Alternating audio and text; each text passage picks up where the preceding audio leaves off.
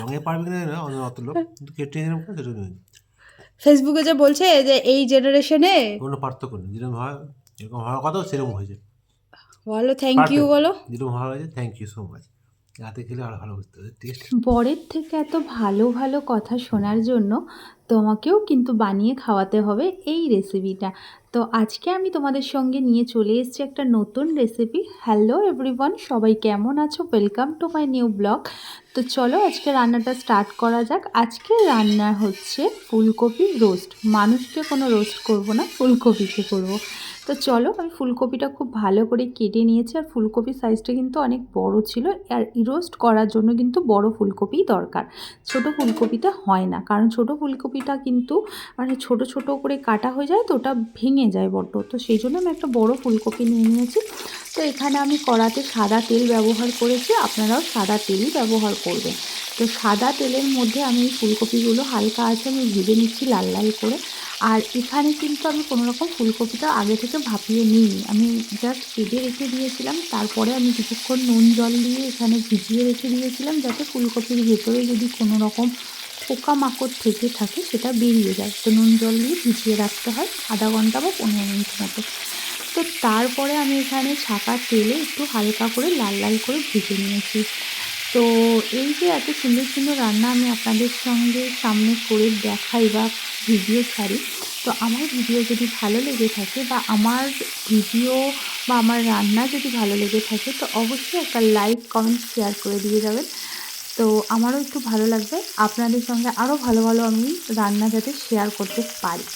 তো এই যে আমি ভাজতে ভাজতে সামান্য একটু নুন দিয়ে নিয়েছিলাম, যাতে নুনটা দিলে কী হয় তাহলে জিনিসটা আরও তাড়াতাড়ি ভাজাটা হয়ে যায়। আর আমি এখানে কিন্তু সম্পূর্ণ ভাজবো না, আটকাচা আটকাচা ভাজবো, জাস্ট উপরগুলো হালকা হালকা লাল হয়ে গেছে।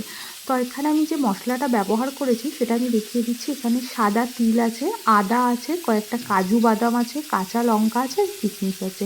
এটা কিন্তু আমরা মিক্সারে ভালো করে পেস্ট করে নেব।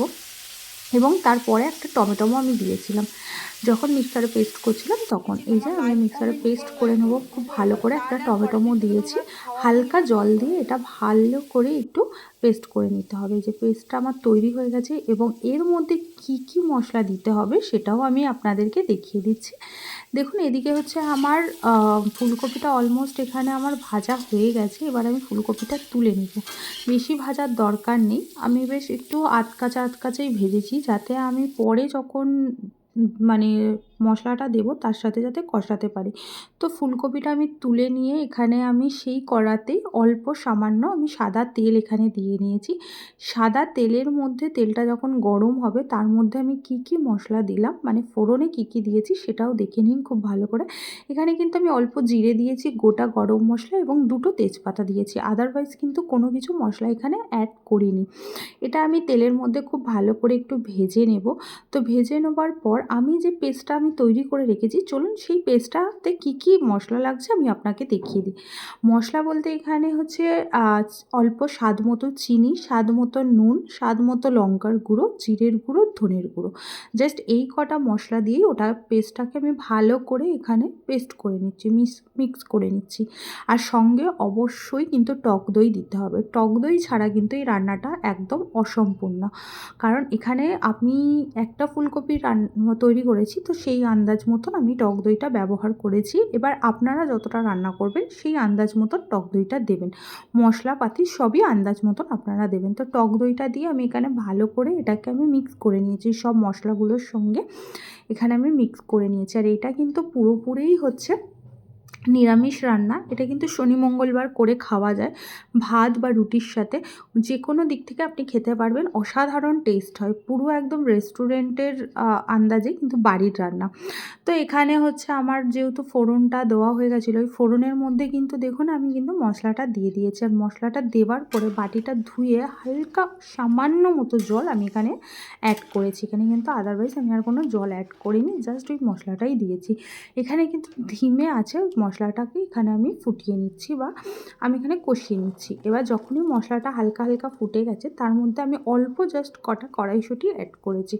এবার দেখুন মশলাটা যখন হালকা হালকা আরেকটু ফুটে গেছে তখন আমি যে ভেজে রাখা ফুলকপিগুলো ছিল সেগুলো কিন্তু আস্তে আস্তে একে একে এখানে আমি অ্যাড করেছি এবং ফুলকপিটাও ভালো করে মশলার সাথে মিশিয়ে নিচ্ছি।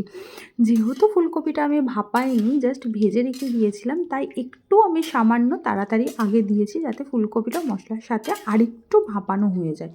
সেই কারণে বেশি বেশি করার এখানে তো কোনো দরকার নেই।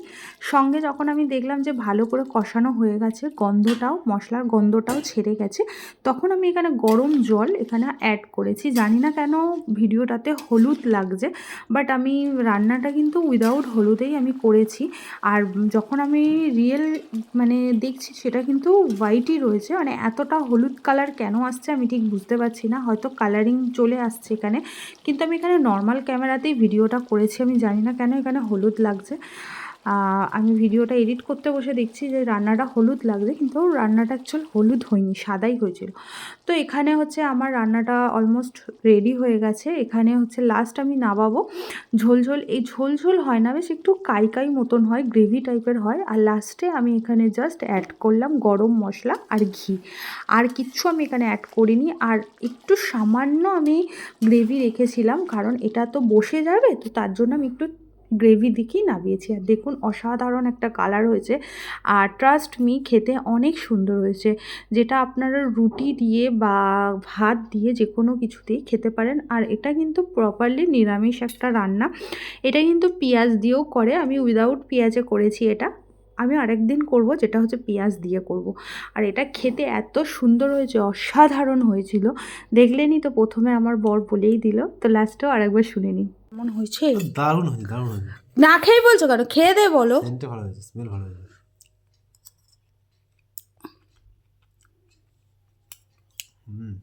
বলো কেমন হয়েছে।